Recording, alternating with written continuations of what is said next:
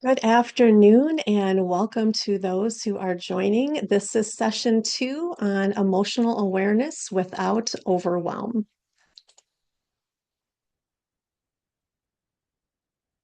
So, thank you very much. Welcome back if you were here for session 1, and welcome to those who may be new or joining via the replay. I am so glad that you are here.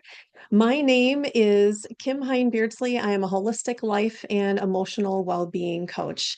And I just want to pause before I go ahead and really get started here and just invite you to just take a breath. Just take a deep breath in and let it go. Just settle into this space. You have chosen to take this time for you. You have made your self care a priority, and that is important. That is not something to minimize or to overlook. So celebrate the fact that you are here. I am grateful that you are here. And I know that you may be, coming from work or from parenting or caregiving or in the middle of a full and demanding day. And this moment together for the next 30 minutes is just a moment of pause, a moment to set some of that down just for a little while. And so you don't need to do anything. You don't need to bring any of those extra cares along with you. This is your chance just to be here in this space.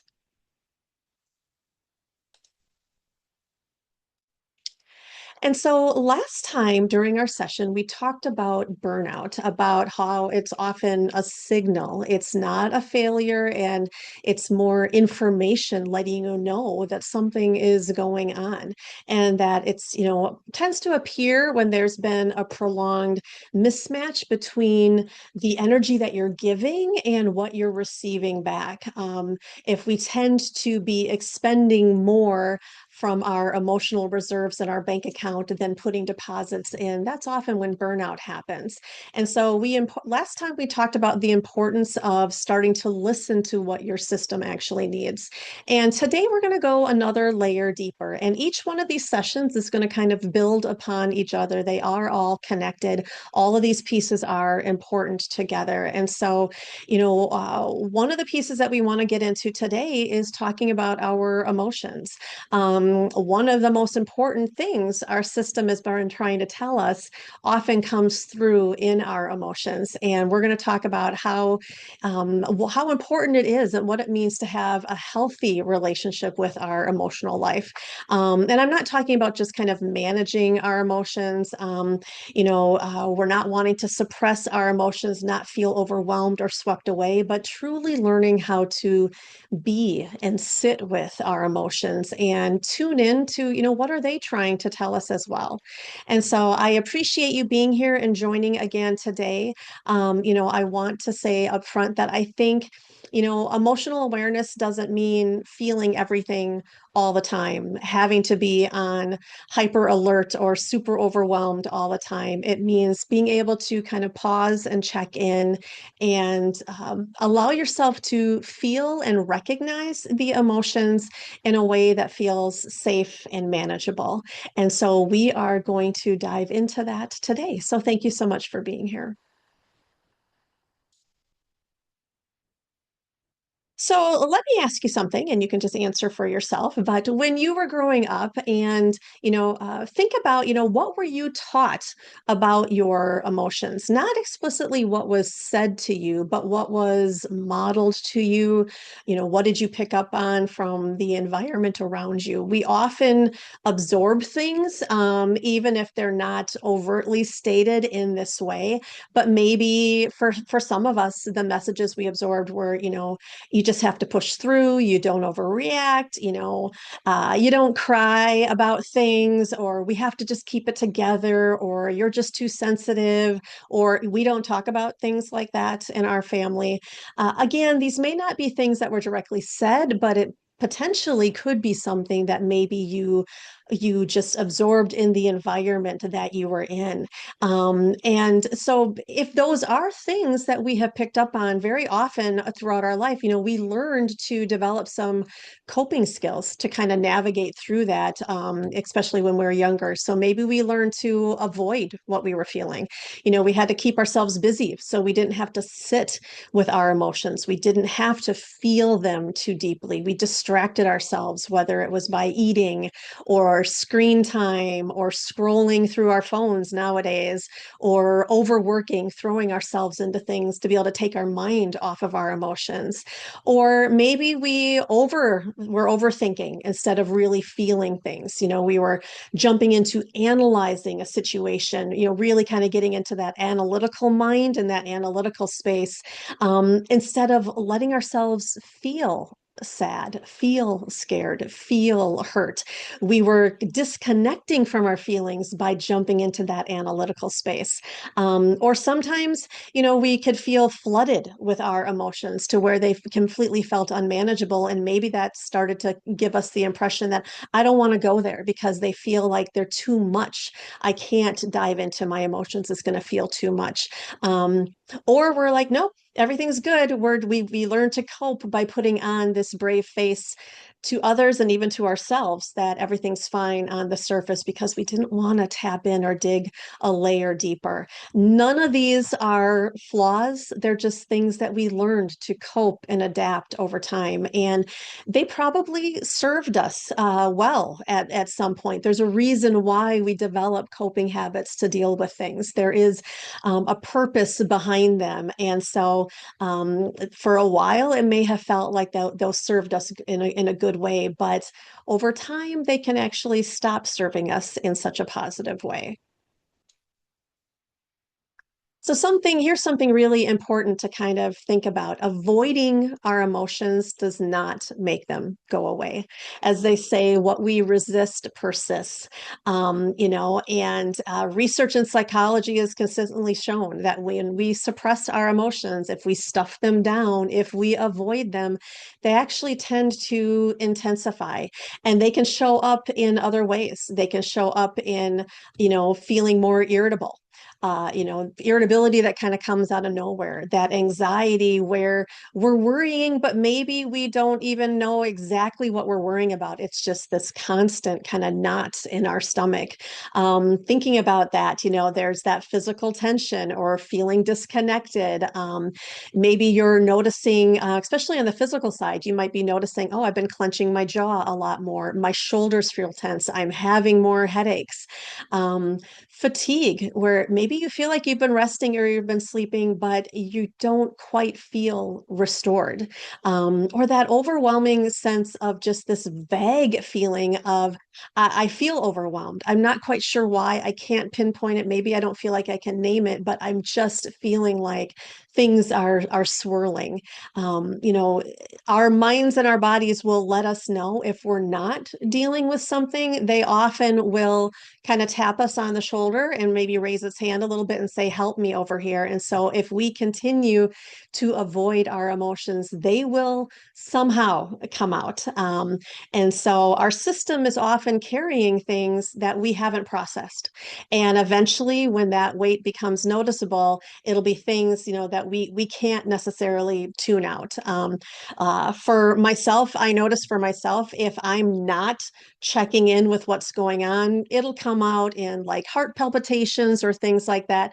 Yes, I've had it checked out. There is nothing wrong with my heart. That is just a signal that my body has created for me, where it's like, if I am not pausing, if I am suppressing, it's going to still let me know. It's going to somehow come out. And so for us to be able to dive into kind of, pausing and being able to look at our emotions, emotional awareness is not about fixing our feelings. It's not about trying to force ourselves to always feel calm, always feel happy. It's about noticing how we're feeling, giving ourselves a little space around that to recognize how we're feeling, not continue to avoid, not continue to, feel like we don't want to go there with our emotions. We're allowing ourselves that space to check in and see what's going on. How am I feeling right now? So one of the most powerful reframes that I often use in the coaching work that I do with individuals is thinking about the difference between being an emotion and having an emotion. When you say things like I am anxious, that anxiety is you. You're making it part of your identity. You are saying you and the emotion are one thing. There is no separation, there is no space. It is just all consuming. But when you flip that and you reframe it and you say, I'm noticing that anxiety is present, you create this little bit of space there where you can become the observer of your emotions as opposed to being your emotion. You are observing it. And I know that sounds really small, but that can be such a big place for change to start to happen. That distinction is really key because from that little bit of space, just a little bit of separation, you then have more choice over what you do with having observed that emotion. You can breathe for a moment, you can pause for a moment, you can actually ask yourself, I'm noticing this feeling. What does this feeling need right now? What is this emotion needing right now? And then you can respond rather than react. And so I'm going to give just a couple more examples of what this shift means a little bit and what it can look like. So instead of saying things like, I am so angry, it's I'm noticing. I'm noticing I'm feeling angry. I'm noticing that anger is coming up. Instead of I'm depressed, it's I'm noticing I'm feeling more of a heaviness, more of a weight maybe is present today. Or instead of saying I'm overwhelmed, it's I'm noticing I am feeling a bit stretched beyond my capacity. Or, again, instead of I'm anxious, it's I'm noticing that anxiety is present right now. It's subtle. It's a subtle difference, but over time it genuinely can be transformative because you're practicing the skill of being an observer of your inner experience rather than being consumed by it, rather than being overwhelmed by it. And that observer part of you is always there. It never goes away. Even when you're going through challenging or difficult moments, there is a part of you that is watching what's going on. You're noticing, you're witnessing what's going on. And that's the part that we're going to try to work on strengthening a bit today. We're going to practice that a bit today. So one more thing before I move us into kind of a brief moment of reflection to think about some of this is I want to name something that often comes up when we start to do this kinds of work. And this is the fear that if we let ourselves feel something, we will be overwhelmed by it. We'll be consumed by it. We won't be able to function. We will just spiral. The fear that if I crack that door open even just a little bit, everything's going to be coming, going to flood in, and I'm just not going to be able to function. I'm almost going to be paralyzed by it. And I totally get it. That fear makes complete sense, but I'd like to offer an alternative way to think about that. Most emotions, when we give them a little bit of space and we acknowledge them, they move through us. There is a natural arc that happens with our emotions. They rise, the emotion intensifies a little bit, it peaks. Yep, it may feel a little intense, a little, but it peaks, it reaches its highest point, but then it starts to come down the other side. It begins to soften, and it does eventually pass. And the ones that don't pass, the ones that get stuck, those tends to be the ones that we're pushing away, that we're not wanting to deal with. It's the resistance to addressing them that really keeps us stuck in that place, not necessarily the emotion or the feeling itself. And so, what we're going to do today, briefly, is we're just going to practice creating a small little opening, not tearing the door off the hinges or anything or blasting it wide open. It's just cracking it slightly and noticing what happens. So I invite you in the space that you're in to get as comfortable as you can. And we're just going to kind of slow down for a moment and do a brief little check in on how things are feeling and how you're doing. And so I want to walk you through a really simple check in that you can use anytime, especially during the moments when emotions maybe feel a little intense or if you feel kind of off and maybe you're not quite why no, quite sure why. It doesn't take very long, only a couple minutes. And the more you practice it, the more natural this can start to feel. And so, as I said, I invite you to get as comfortable as you can in the space that you're in. Maybe you need to kind of wiggle your body to shake out some energy a little bit. But if you feel comfortable, I invite you to close your eyes, or you can just soften your gaze, look down maybe if you need to. But start by just kind of taking a couple slow, deep breaths. Intentionally, consciously slow your breathing down. So you're going to take a slow breath in and let it go. It often helps to elongate our exhalation just a little bit more than our inhalation to really settle in and release the tension, the stress. So take another deep breath, full deep belly breath, feeling it all the way down, expanding your abdomen, and then slowly let it go.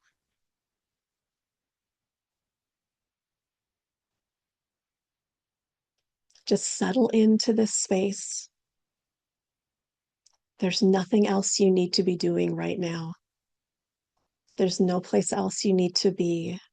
This is your time. You have chosen this space to be here for you.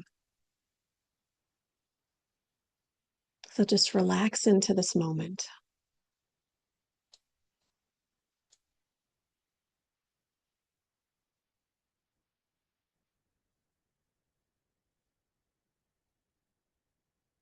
And I invite you just to begin by noticing.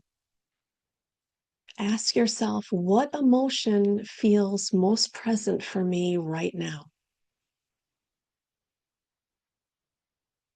Not what you think you should be feeling, not what makes sense logically, just what's actually here. What emotion feels most present?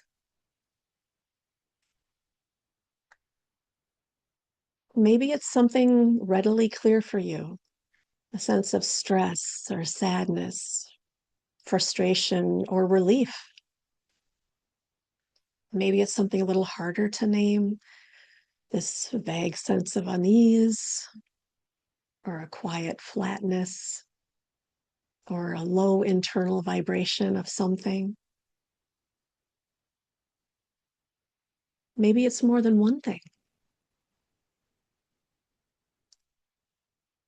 So just name it as best as you can, even imprecisely. It can even be something that feels like tension, something that feels like longing. That's enough. Just notice it and name it, whatever feels best for you.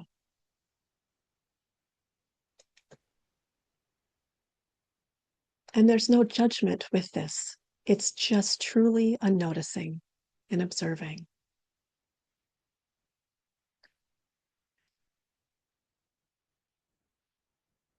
And now see if you can locate where you feel this emotion in your body. Emotions are not just in our minds, they live in our bodies and often very specifically. Maybe it is a tightness in your chest, a heaviness in your shoulders, a fluttering feeling, the butterflies in your stomach. Maybe your throat feels a little constricted. Maybe you feel a sense of weight or pressure someplace. Just notice it without trying to change anything. You're just noticing where you feel this emotion in your body.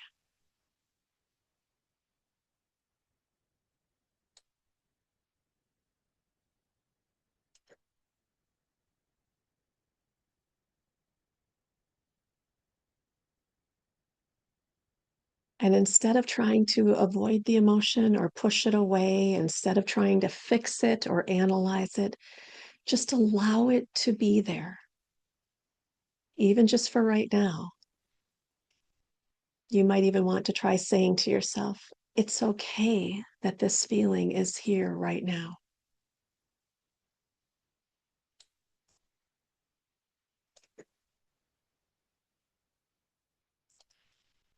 You're not agreeing that the situation behind the emotion is okay. You're just acknowledging that the feeling is here and that it's allowed to exist without you having to immediately rush in and try to fix it or solve it or do anything about it. You're allowing that emotion to be present. This is a profound act of self compassion.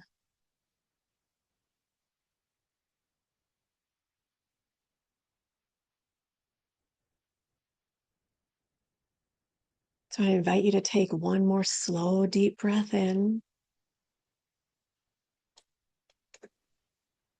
let it go, and gently come back to the here and now. Thank you for doing that. Tuning inward takes a lot of courage, especially if it's not something that we've typically done. So thank you for doing that. And again, this is something that you can use anytime just to pause and check in and notice.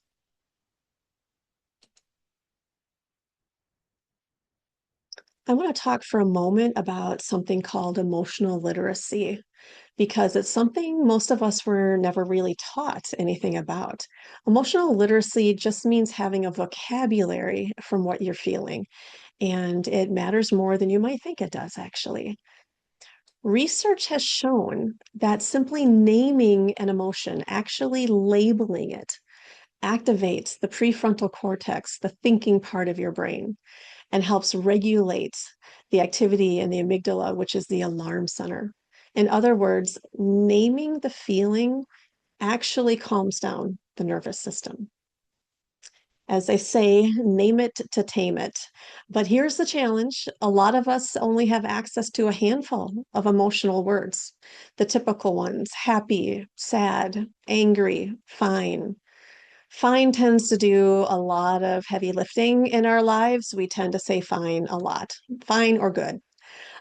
People ask us how we're doing. Fine, good. Um, but there's a lot more to our emotions than that. So one thing that you could practice is to expand your emotional vocabulary. And there are things out there, you can find them online, like a feelings wheel or an emotions list, which you can utilize to maybe help you recognize more closely to, of in a feeling or emotion that is more closely representative of what you're actually noticing. You know, as you would look through a feeling wheel or an emotions list, you could see which ones feel familiar, which ones have you, did you never really have a word for before? And you're like, oh my gosh, that exactly fits with how I've been feeling. You may find that you're looking up the definition of some of those particular words. But really recognizing the emotion, giving it, a proper name that is more indicative and representative of how it actually is a form of healing in and of itself. Many of us have been carrying emotions for so long that we didn't even have a language for. And language is a form of acknowledgement. And when you name something, it becomes a little less frightening, a little more workable, a little more like, okay, I've named it and there's something I now can do. And again, naming it, you're making it external. It is not who you are, it's something you are observing. And the more you practice this even in those small moments over time, the less overwhelming emotions tend to feel when you're able to step into that role of recognizing them, observing them, naming them. You're no longer avoiding them. You're no longer kind of white knuckling against them or getting swept away by them. You're learning how to be with those emotions. It's like learning how to float with it. You stop fighting the water and it holds you. You're not fighting the emotions anymore. And so I encourage you just to try, practicing that and expand your emotional literacy a little bit. And what I really want to make sure that a takeaway is that, emotional awareness is not a big, heavy practice. It doesn't require an hour of journaling or seeing a therapist, though those things are wonderful and beneficial, absolutely. But expanding our emotional awareness can be in the small moments. One of the practices that I find, really helpful over time is to do this 30-second check-in, where it doesn't take hardly any time at all, but it's the pause, and literally just the pause itself is huge. Just pause briefly, name what you're feeling, even just one word, even if you're trying to guess at what you're feeling. Notice where you feel it in your body, locate where that emotion, where you're feeling it, and then breathe and move on. That's it. You don't have to fix anything. You don't have to even process any of it deeply right now. You're just noticing. You're giving yourself chances to practice simply being with the emotion and noticing it. Every time you pause, you pause, you name, you locate, you breathe, and you continue on. This is sending a signal to your nervous system that says, I see you, I hear you. You don't have to get bigger. You don't have to escalate to get my attention. I'm recognizing you. I am seeing you. I'm acknowledging you. Because a lot of the escalation that we experience, the irritability, the anxiety, the sudden overwhelm, when I get my heart palpitations, it's often the emotional system trying to get my attention or your attention after being ignored for too long. And that definitely is my check in to pause and say, what have I not been dealing with? What have I been just pushing aside? I'm going to pause. I'm going to feel it. I'm going to allow myself to recognize it and name it. I'm going to notice where I'm feeling it in my body. I'm going to breathe and then I'm going to move on. And that's okay. And so when you check in regularly, even briefly, things tend to stay more manageable. You catch them earlier when they're quieter rather than when they're loud and overwhelming later on. So I invite you to practice that on a regular basis. Your emotions are not something to fear or to fix. They're information, they're signals. They're letting you know, this is what matters. This is what I need. This is what's missing right now. And when you start to, relate to them that way, that they are signals, that you can approach it more with a curiosity instead of fear or dread. You can feel like, okay, I want to know what's going on here. What are my emotions trying to tell me? Is there something that I've been pushing aside and I wasn't aware of it? And so they're not a bad thing. And so when you can have that curiosity instead of dread, everything starts to shift. And like anything, this is a skill. And, the more we practice it, the better we get at it. Many of us were never, we're not taught to do this. I don't recall really having a class in school that dove into how to do this. So the fact that we're even talking about this today, the fact that you showed up to explore this today, that's already a meaningful step. And so I acknowledge that, and appreciate that this is meaningful and impactful that you're here. You're not behind. You're not broken. If this is a new area for you, you're just learning something new. And learning something new starts exactly where you're at right now. So here's what I'd like to invite you to experiment with this week. Once a day, try to find a time, maybe a consistent time, whether it's in the morning or just at the end of your day or just before bed. Pause for 30 seconds, name what you're feeling, notice where it lives in your body, and take a breath then.